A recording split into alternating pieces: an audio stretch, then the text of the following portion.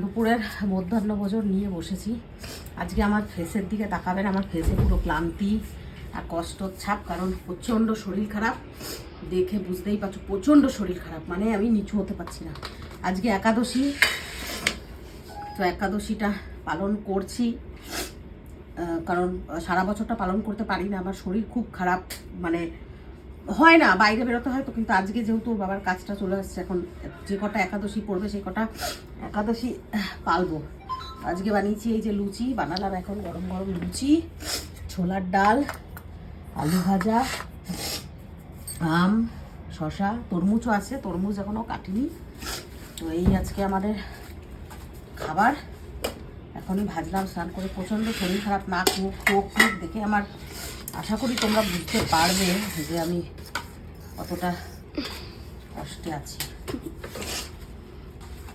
খুবই খুব কষ্ট, শরীরটা একদম ভালো না। এই ফোনটা কানেক্ট করা আছে না? উফ, আলু ভাজা, এই প্লেটগুলোয় নিলাম, আর প্লেট বার করে গুগলের পাতা সব লঙ্কাগুলো পড়ে যায় খালি।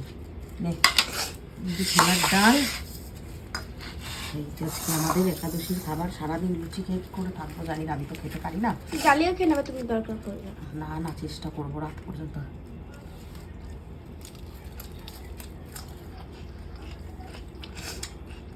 Camera number 6। হুম, ক্যামেরা নাম্বার 6। হয় তো লাগালাম। হেভি লাগছে খেতে, ভালো।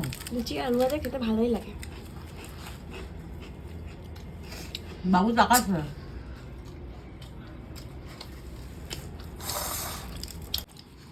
আমগুলো আজকে কিনে এনেছি হিমসাগর আম বাজার দিয়ে, এত মিষ্টি, লুচি দিয়ে এত ভালো লাগছে খেতে।